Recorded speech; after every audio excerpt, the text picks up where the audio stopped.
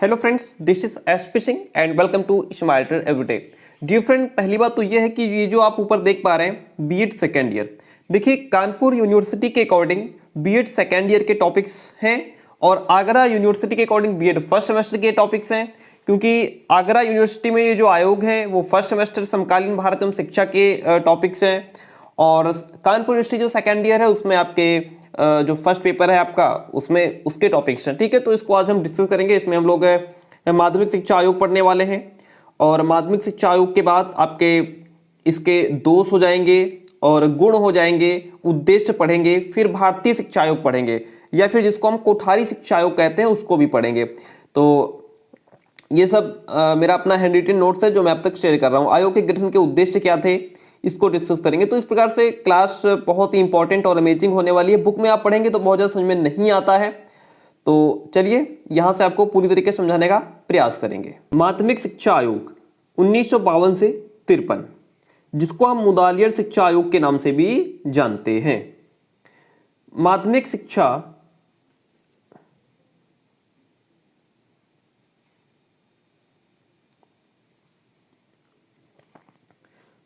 शिक्षा को आधुनिक युग की देन स्वीकार किया जाता है। जो माध्यमिक शिक्षा आयोग है इसको आधुनिक युग यानी कि जो आज का युग है इसकी देन है। कौन? माध्यमिक शिक्षा आयोग।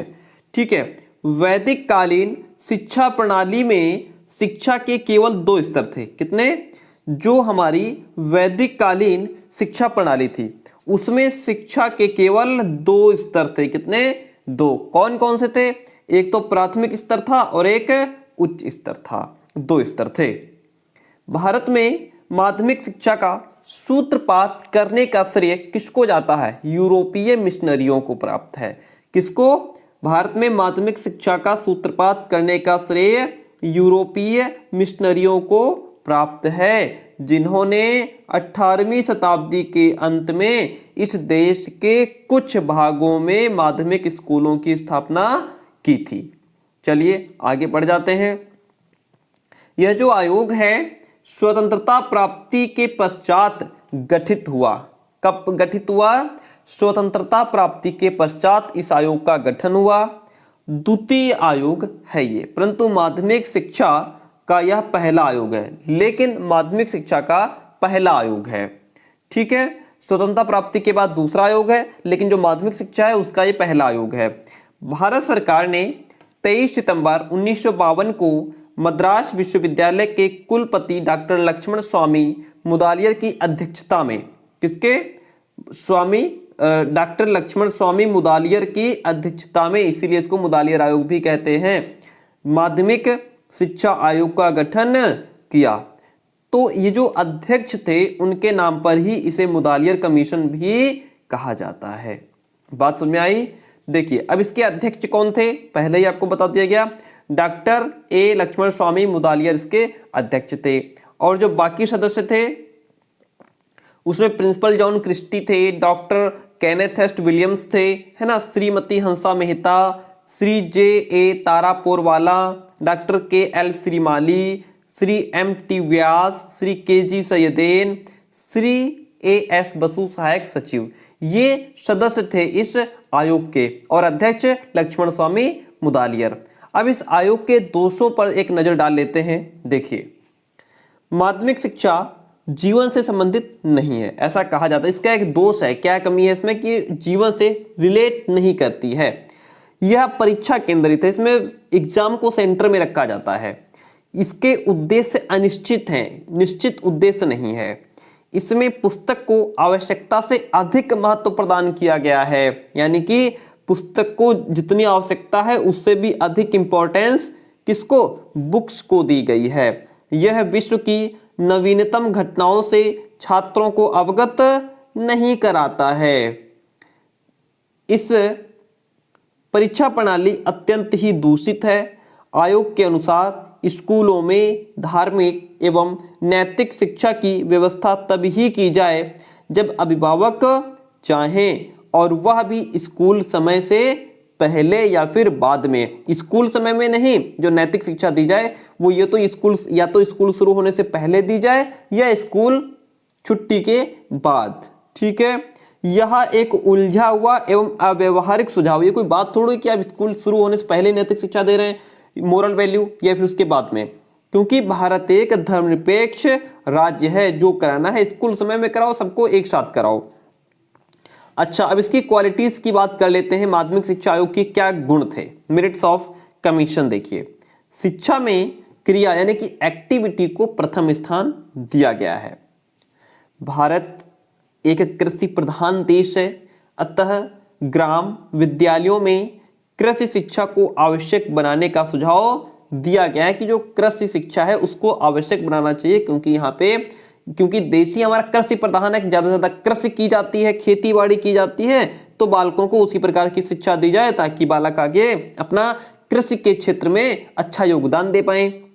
शिक्षा का माध्यम मातृभाषा बनाने पर बल दिया गया। ये तो सब जगह बात कही गई है। गांधी जी ने कहा था कि जो बालक को जो भी शिक्षा दी जाए उसका माध्यम मातृभाषा होना चाहिए, ताकि बालक अपने घर के लैंग्वेज में बेहतर सीख पाता है। चरित्र निर्माण और अनुशासन पर बल दिया गया। शिक्षकों की दशा में सुधार किया गया। परीक्षा प्रणाली और मूल्यांकन में भी सुधार किया गया। स्त्री शिक्षा और सह शिक्षा के संबंधों में भी सुझाव दिया गया।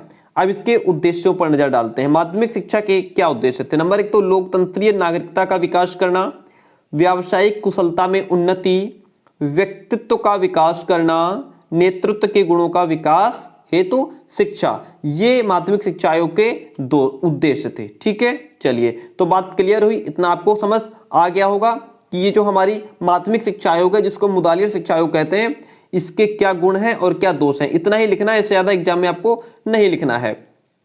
अब बात कर लेते हैं भारतीय शिक्षा आयोग 1964-66 की, जिसको हम लोग कोठारी शिक्षा आयोग भी कहते हैं। देखिए, पंचवर्षीय योजना की सफलताओं के कारण देश का आर्थिक ढांचा बदल रहा था। पंचवर्षीय जो योजनाएं थी वो उनकी सफलताओं के कारण देश का जो आर्थिक ढांचा था उसमें परिवर्तन हो रहा था। नई राजनीतिक धारणाएं विकसित हो रही थी। नए मूल्य स्थापित हो रहे थे। देश तथा समाज की नई नई आवश्यकताएं पैदा हो रही थी। सामाजिक संगठनों के रूप क्या हो रहे थे? परिवर्तित हो रहे थे। चीन तथा पाकिस्तान के आक्रमणों ने नई आवश्यकताओं को जन्म दे दिया था। चीन और पाकिस्तान के आक्रमण से क्या हुआ? नई नई जो नीड्स थी वो क्या हुई? तैयार हुई या पैदा हुई। मुदालियर आयोग की सिफारिश पर देश में बहुउद्देशीय विद्यालय स्थापित हो चुके थे। कैसे? बहुउद्देशीय विद्यालय स्थापित हो चुके थे। उनकी कार्यप्रणाली और उपलब्धियों का मूल्यांकन करना आवश्यक हो गया था। यह अनुभव किया जा रहा था उस समय कि ये विद्यालय और इनमें प्रचलित जो पाठ्यक्रम है, जो सिलेबस है, समय के साथ कदम नहीं मिला पा रहा है। इन समस्त तथ्यों को ध्यान में रख करके यह आवश्यक हो गया था कि भारतीय शिक्षा के क्षेत्र में क्रांतिकारी सुधारात्मक परिवर्तन किए जाएं, अन्यथा हमारे देश की जो शिक्षा प्रणाली है वो अच्छे तरीके से वर्क नहीं कर पाएगी, आगे नहीं बढ़ पाएगी। अतः भारत सरकार ने 14 जुलाई 1964 को एक प्रस्ताव पास किया। भारत सरकार ने कब? 14 जुलाई 1964 को एक प्रस्ताव पास किया और उसके अनुसार डॉक्टर दौलत सिंह कोठारी की अध्यक्षता में, अध्यक्ष कौन थे? डॉक्टर दौलत सिंह कोठारी। अगर पूछ ले कोठारी आयोग के अध्यक्ष कौन थे? डॉक्टर दौलत सिंह कोठारी। एक शिक्षा आयोग का गठन किया इनकी अध्यक्षता में, जिसको भारतीय शिक्षा आयोग नाम दिया गया। इस आयोग में अध्यक्ष के अतिरिक्त 16 और सदस्य थे। एक तो अध्यक्ष थे ही, 16 और सदस्य थे।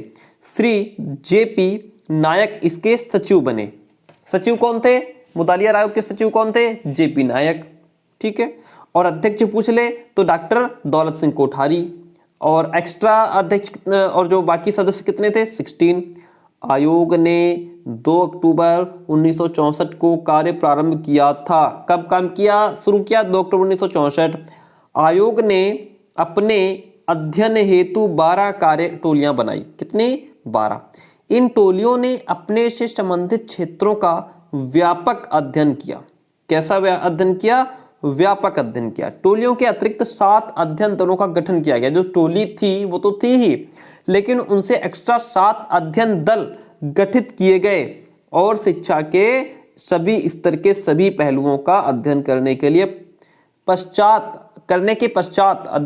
पश्चात आयोग ने कब 29 जून 1964 को अपना प्रतिवेदन भारत सरकार को प्रस्तुत कर दिया। चलिए आगे बढ़ जाते हैं। अब इसके कारण क्या थे या उद्देश्य क्या थे, आयोग गठित क्यों किया गया? देखिए, आयोग के गठन का सर्व प्रमुख उद्देश्य शिक्षा द्वारा उत्पादन में वृद्धि करना था कि शिक्षा के माध्यम से उत्पादन में वृद्धि की जाए। विज्ञान शिक्षा को प्रारंभिक एवं माध्यमिक स्तर पर अनिवार्य करना। किसको? विज्ञान शिक्षा को प्राथमिक और माध्यमिक स्तर पर अनिवार्य करना, जरूरी रखना, और इस शिक्षा का उपयोग उत्पादन कार्यों में भी करना। ठीक है, ये उसका उद्देश्य था। राष्ट्रीय एकता एवं अखंडता की उन्नति के लिए एक सुसंगठित और उचित राष्ट्रीय शिक्षा प्रणाली को सुनिश्चित करना, यह उसका उद्देश्य था। अगला उद्देश्य था शिक्षा के द्वारा सच्चे लोकतंत्रीय समाज का निर्माण। राष्ट्रीय एकता, व्यक्ति की श्रेष्ठता एवं पूर्णता की खोज के लिए शिक्षा के संपूर्ण क्षेत्र की जांच करना भी इसका उद्देश्य था।